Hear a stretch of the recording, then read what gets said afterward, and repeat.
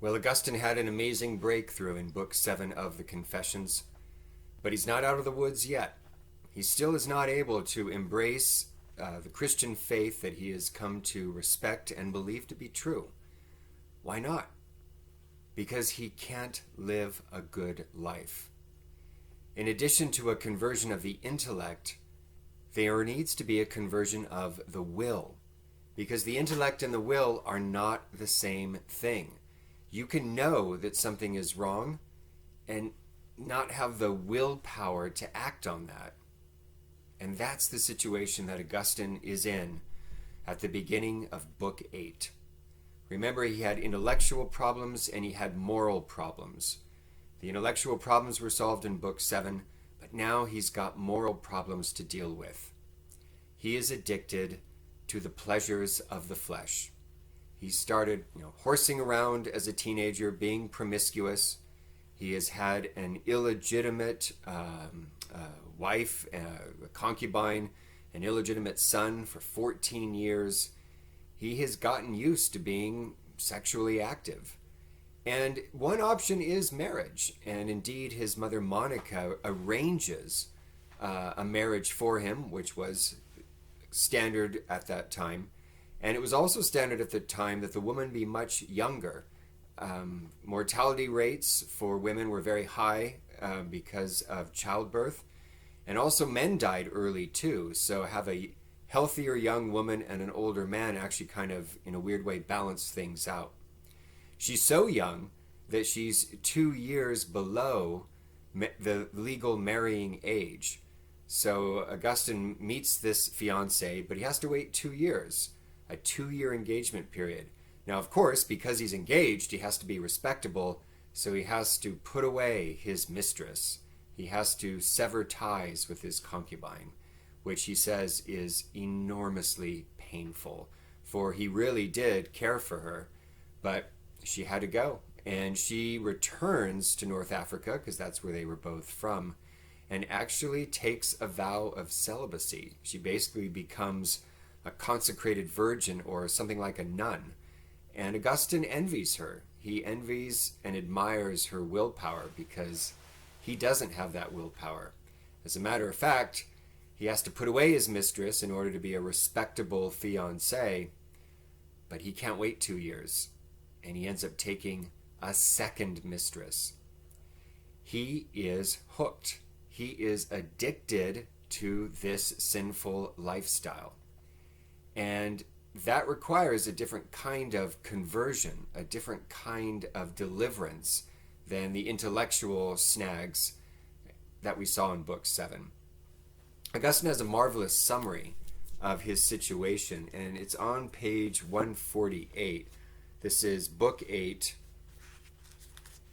Chapter 5, Paragraph 11. So like I said, the top of page 148 in our edition, about 3 lines down. The enemy held my will, and of it he made a chain and bound me.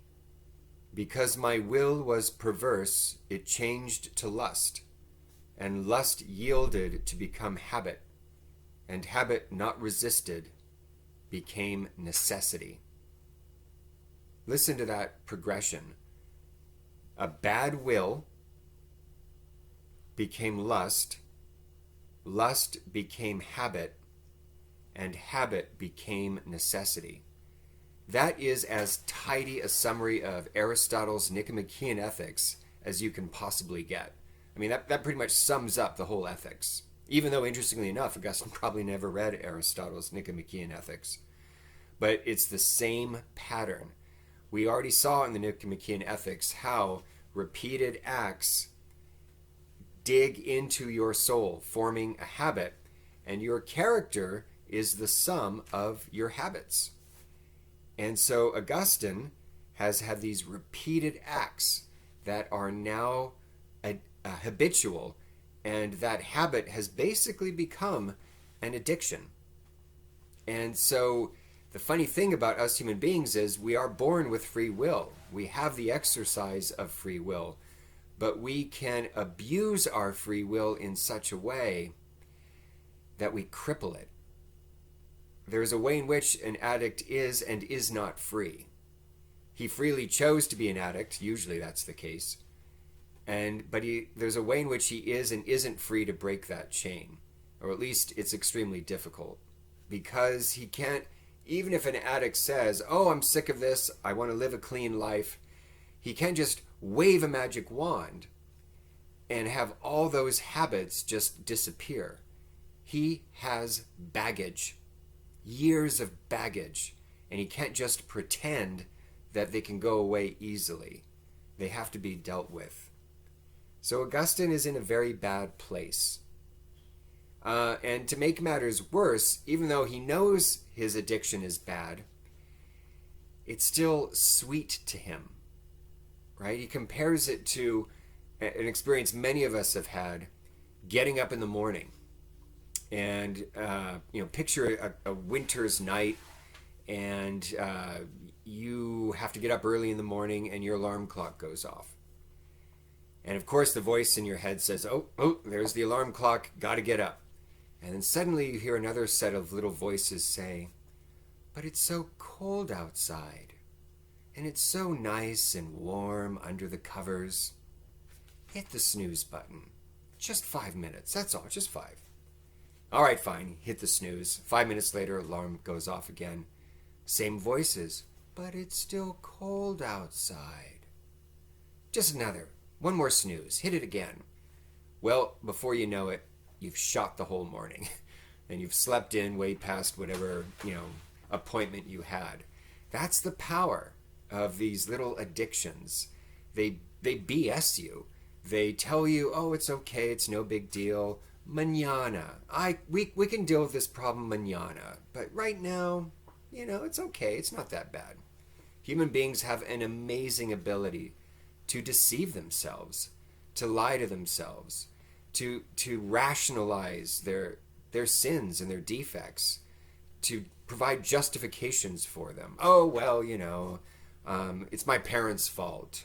They're jerks, and they brought me up this way, and it's my environment, and it's this or it's that, or it's not that bad. We've got a million excuses in the toolbox, and we use it to put off our conversion, to put off our turning towards something better.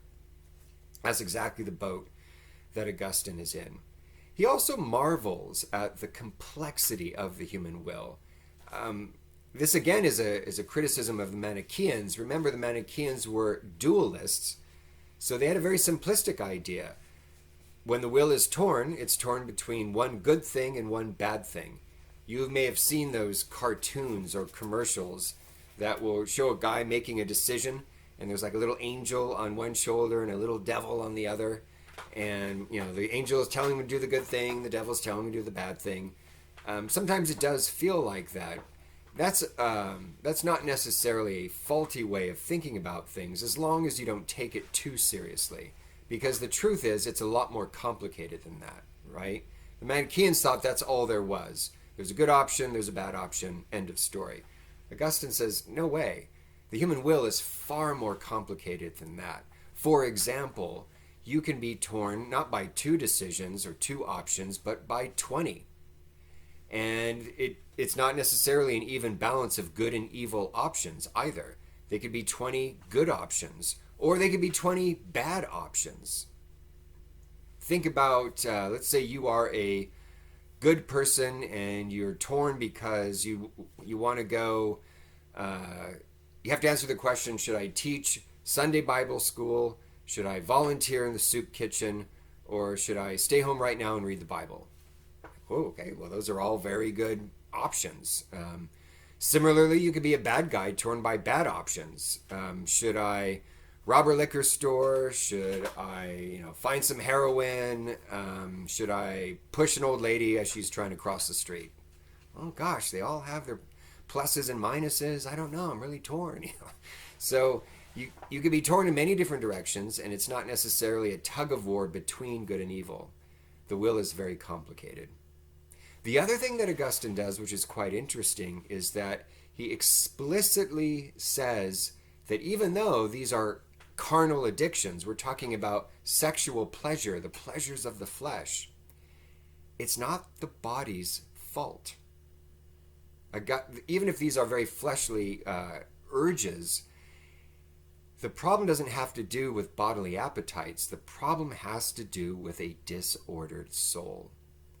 Augustine says, when my mind gives my body a command, my body obeys instantly. You know, like when your mind tells your hand to move, ooh, look at that. Unless there's some kind of weird neurological problem, your body obeys instantly. It's pretty amazing. But when my mind tells my mind to do something, Augustine says, all hell breaks loose. There's a part of me that's resisting the better part of me. It's not the body. This is a battle that's taking place within the soul. So how does he get out? I mean, that's a lot of stuff stacked up against him. How does he get out? Well, notice before the famous garden scene, which we'll get to in a moment, Augustine builds us up. Because it's not just that the garden scene takes place in a vacuum. There's a way in which God has been preparing him for this. And one of the crucial things is the role that stories play in his conversion. Book 8 is a story about stories. He hears several conversion stories of people just like him. People from his own day and age, people who would have the same professional aspirations that he did, the same sort of career goals. And they made it. They converted.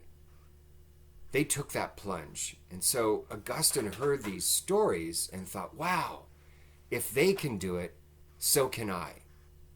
They show that this is possible.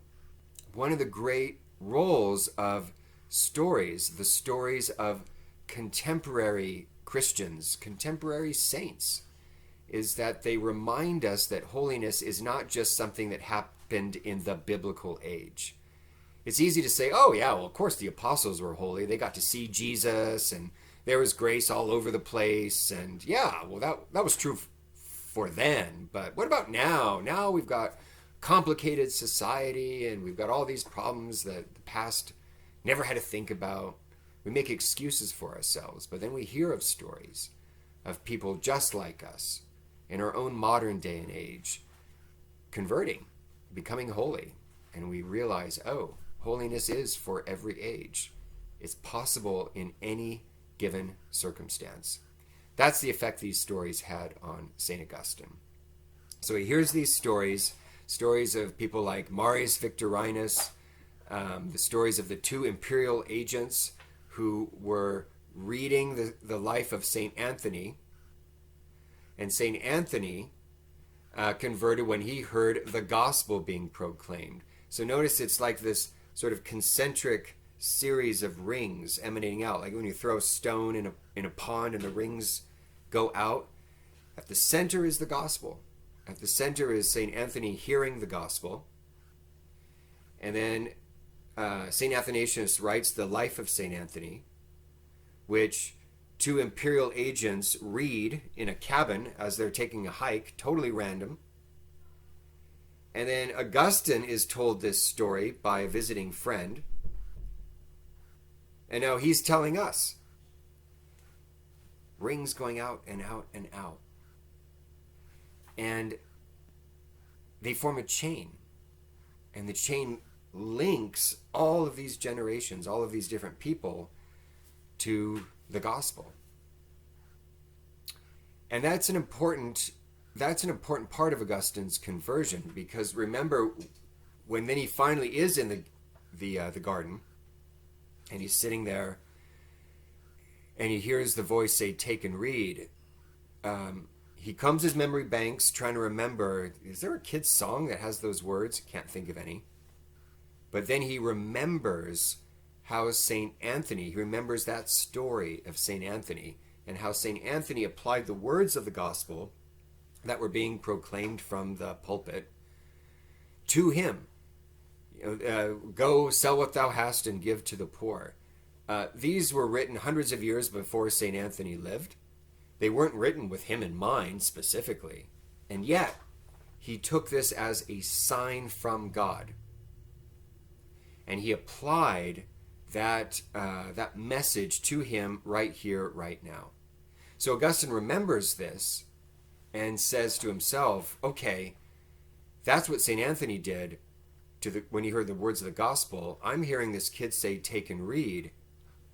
Maybe this is a sign from God that I should do what that kid's voice says and take and read. Apply it to myself, and that's exactly what he does. He had gone out to the garden because the stories of those conversions led him to get rid of all the excuses, rationalizations, and justifications that kept him from converting.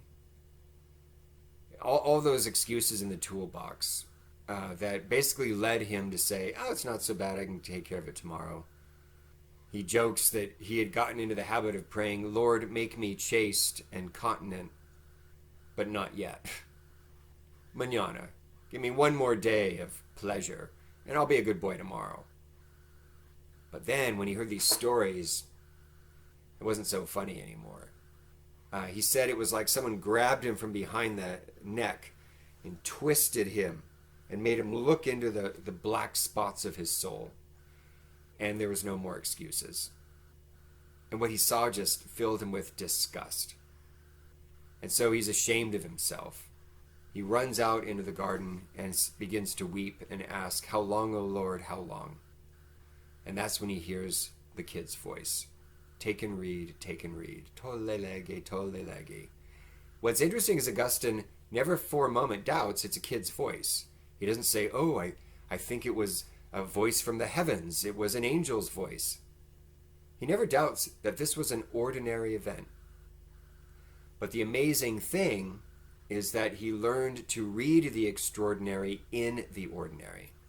Sometimes God indeed does work very notable miracles that defy all natural explanation. But that's not the only way that God reaches out to us. He reaches out to us in the ordinary, everyday things as well. And the key to a good life is, remember going back to book 5, how to read the Bible on the literary and the figurative level? The key to a good life is learning to read your life on multiple levels and to see that providential level of God working in and through the ordinary events of your life. That's what Augustine did. So he interpreted this ordinary event as an extraordinary sign. And it just so happened that he had the Epistle of the Romans on the bench next to him. That wasn't a miracle either. He tells us he'd been reading it earlier in the morning and he left the book out. And so he picks it up and he lets his eye fall on the first verse that he sees. And what he sees is not in riotousness nor in drunkenness, not in emulation or in strife, but rather put ye on the Lord Jesus Christ and make no provision for the flesh in its concupiscence, in its lust. And again, St. Paul wrote this to the Romans over 300 years earlier. St. Paul had never heard of St. Augustine, didn't have him in mind when he wrote those words. But Augustine saw those words and said, this is for me right here, right now. And he put down the book and he was cured. God had replaced his heart of stone that had been etched in with all these bad habits and replaced it with a heart of flesh. What Aristotle said is virtually impossible on the natural level, changing your ways, became very possible for Augustine thanks to the grace of God. Now that doesn't mean he has a Disney-esque happy ending. He lives happily ever after. He has no more sexual temptations ever again. No. Book 10 is about Augustine's present, which unfortunately we won't be able to cover this semester. But he's very honest, even 10 years later, after his conversion, even when as a priest and bishop, he says, yeah, I still struggle. I still have lustful thoughts. It's not that you just go, cruising in this easy way once you've accepted God in your life. It's still a struggle. But it's a very different struggle. He's not addicted in the same way that he was before. It's also interesting that in many respects Augustine's moral conversion is similar to sort of Alcoholics Anonymous. I keep talking about addiction, for example. And with alcoholics, at least the prevailing wisdom is, once you realize you're an alcoholic, the only way to get fully better is to never have a drop of alcohol again. The moderate thing to do is total abstinence. If you have one drop, you go back to being hooked. Well, Augustine does become celibate after this conversion experience. But what's interesting is that he doesn't describe it the way AA describes it. It's not that he can never touch a woman again, or he's just going to go back to being a sex maniac. I mean, that's an exaggeration, of course. But he doesn't say that. He says, God gave me a new heart. He gave me the freedom to choose between an honorable married life and the calling of celibacy. And I chose the latter. This is exactly what St. Paul recommends in his epistles, right? That if you feel like you should get married, then by all means get married. But if you can live a single life, a celibate life, you can be more exclusively devoted to doing the work of the Lord. So it is, in a sense, the higher calling, according to St. Paul. And so that's the calling that Augustine, in his newfound freedom, is able to choose. And of course, he tells his mother, Monica, and she is overjoyed, more joyful than if it were announced that she were to have grandchildren of the flesh. Monica, that very faithful mother, her prayers have been answered. And then finally, Augustine's close friend Alypius runs out to the garden after Augustine has explained his conversion experience. He reads the next verse after the verse Augustine had read and says, hey, that applies to me. And he converted. So now Augustine is a good role model. Notice how friendship has completely flipped. This is no longer friendship unfriendly.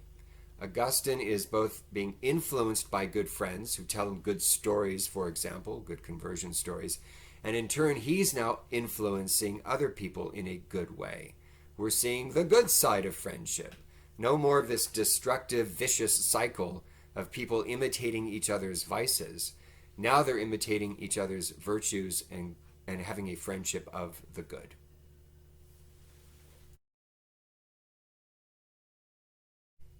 So Augustine is free.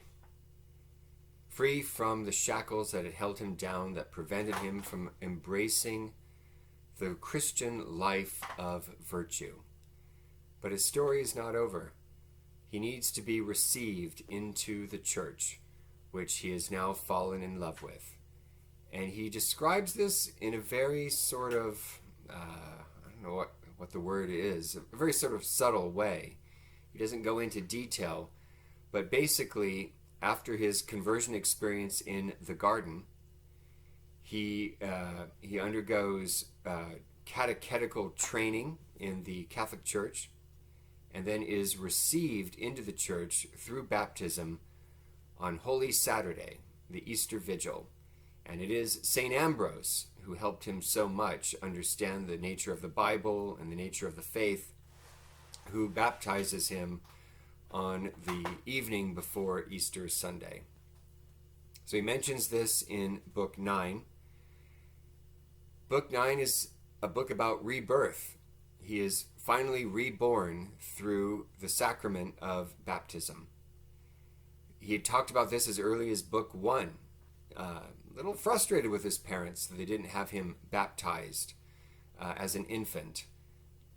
But he finally is able to receive the baptism he had sought, now at the age of 32. But Book 10 is also a book about deaths. We learn about 5 rebirths: Augustine, Alypius, Deodatus, his 15-year-old illegitimate son. Nebridius is also received, and there's one other person that I'm forgetting as well.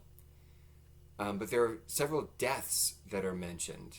His son, Deodatus, dies at the age of 15, whom Augustine says was more brilliant than he. But he caught some kind of weird fever and passed away at a very tender age. Nebridius dies as well. His friend Veracundus dies. And of course, the big death that is recounted in Book 9 is the death of his mother, Monica. What a fascinating woman St. Monica was. Not well educated, tough as nails, with an absolutely unwavering faith. And what a climate she lived in, what a situation she lived in. North Africa was a culture of machismo or machismo, depending on how you pronounce it. But it was a culture where, the men were all brave and bold and abusive. He describes a village in which the husbands regularly beat their wives.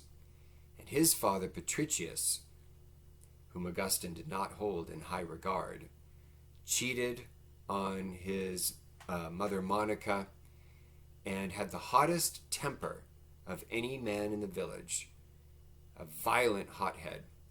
And yet, he never laid a hand on Monica. And it was because Monica knew how to deal with him. He'd get all explosive, come home at night, maybe drunk and angry. And she just laid back. She knew how not to confront him. And then when he calmed down, then she would approach him very rationally, calmly, and eventually, this woman who thought of herself as subject to her husband ended up being the spiritual leader of the family, because the hothead pagan Patricius converted to her faith and died a Christian, just like she. So she's a remarkable woman, a fascinating figure, and Augustine pays great tribute to her. After she saw her son baptized, she said, "Son, why does God want me on this earth anymore? I had one goal, and that was to get you out of this stupid Manichaean heresy, to see you out of this life of sin, and now you've done it. What more does God want of me?" And so they were all set to sail back to Africa, their home, and they were in the port town of Rome, called Ostia. They were waiting for the Mediterranean weather to calm down. This is springtime. And they wanted a ship that would bring them back home. So while they're waiting for this ship in the port town, they're renting out an apartment that looks out into this garden. And Monica and Augustine have a fascinating experience together. It is known in literature today as the vision of Ostia. And Augustine describes it on page 178, Book 9, Chapter 10, paragraph 24. They started talking about what is it that the saints in heaven see when they see God. What are the souls in heaven experiencing? What does true happiness look like? And Augustine writes, "And our conversation had brought us to this point, that any pleasure whatsoever of the bodily senses, in any brightness whatsoever of corporeal light, seemed to us not worthy of comparison with the pleasure of that eternal light, not worthy even of mention. Rising as our love flamed upward towards that self same, we passed in review the various levels of bodily things, up to the heavens themselves, whence sun and moon and stars shine upon this earth. And higher still we soared, thinking in our minds and speaking and marveling at your works." Sorry about that. I hate the coronavirus. "And higher still we soared, thinking in our minds and marveling and speaking and marveling at your works. And so we came to our own souls, and went beyond them to come at last to that region of richness unending, where you feed Israel forever with the food of truth. And there, life is that wisdom by which all things are made, both the things that have been and the things that are yet to be. Did you recognize the pattern? We passed in review various levels of bodily things, outer, and higher still we soared until we came at last to our own souls, inner, and went beyond them to come at last to that region of richness unending where you feed Israel forever with the food of truth, upper. This is the same pattern that we already saw in Book 7 when Augustine read the books of the Platonists. Outer, inner, upper. But there are two very important differences between what is described in Book 7 and what we're seeing here in Book 9. Difference number one, Augustine is not alone. When the philosopher philosophizes, even if he's doing it in conversation with other people, his ascent to the truth is a solitary journey. Here, Augustine is making that journey with another. There is communion. There is fellowship. It's fellowship with a fellow believer, Monica, who, interestingly enough, is not well educated, like the philosopher or like Augustine. Excuse me. He's making this ascent of outer, inner, upper with others. That's a very interesting difference than the solitary journey of the philosopher. Difference number two. When Augustine described his ascent in Book 7, he said, I was able to go outer, inner, upper, and I caught the glimpse of the upper. I came to that which is. I am who am, as God reveals himself in the Old Testament on Mount Sinai. Pure being. Remember the distinction between being and becoming in Plato's Republic? God is pure being. And he got a glimpse of it through this ascent of outer, inner, and upper. But he goes on to say, but I was not able to enjoy it for very long because the weight of my sins pulled me back down. Now, we can never live in that high, this side of the grave, for a very long time. But in Book 9, he is able to savor it longer than usual because he has been freed from the weight of his sins. He's still weighed down by a number of things. It's not a little fairy tale ending, but he is able to savor that which is, I am who am, longer than when he merely made an intellectual ascent. So the vision of Ostia has a lot in common with what happened in Book 7, but there are those two very important differences. Which brings us to the topic of conversion.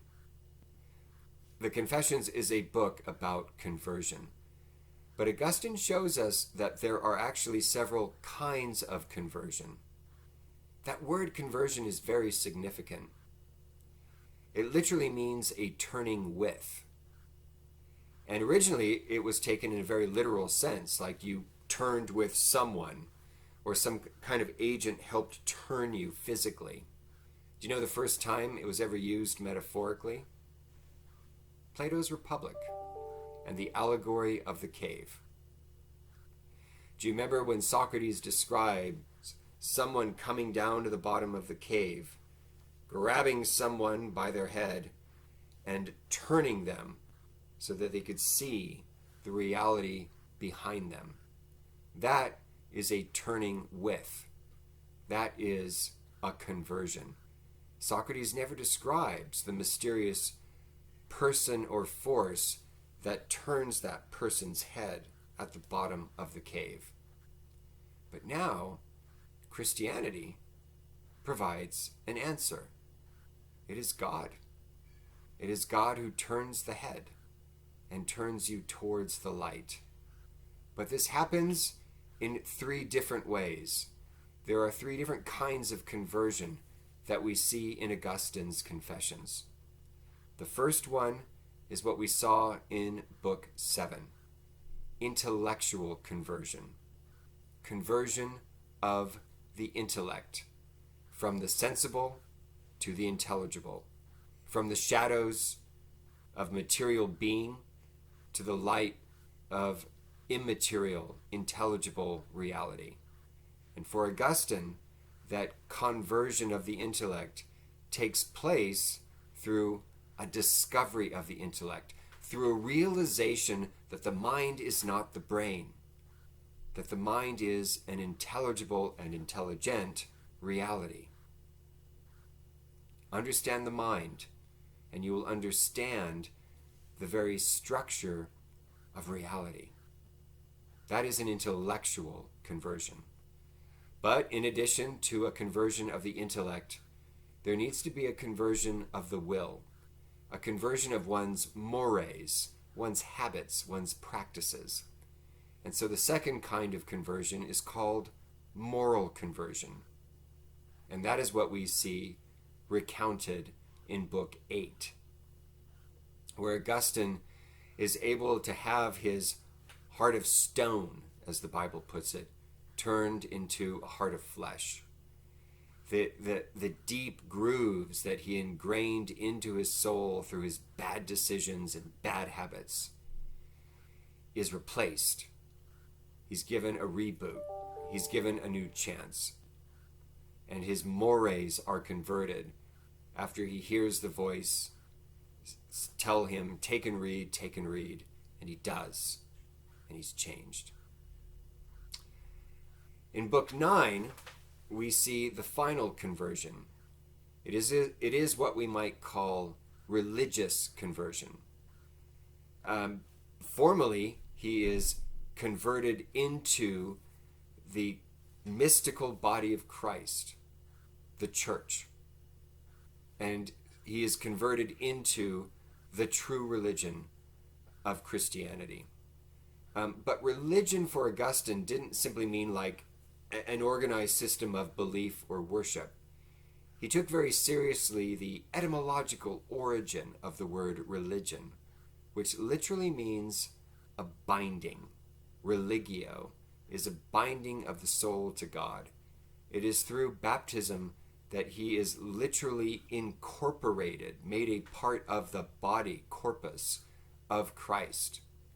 And that binds him to God in a new and special way. Religious conversion does not negate intellectual or moral conversion, but it completes it.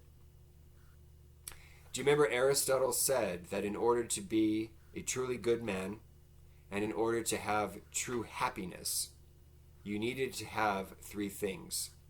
You needed to know the good, to do the good, and above all, to love the good. Intellectual conversion enables you to know the good. Moral conversion enables you to do the good.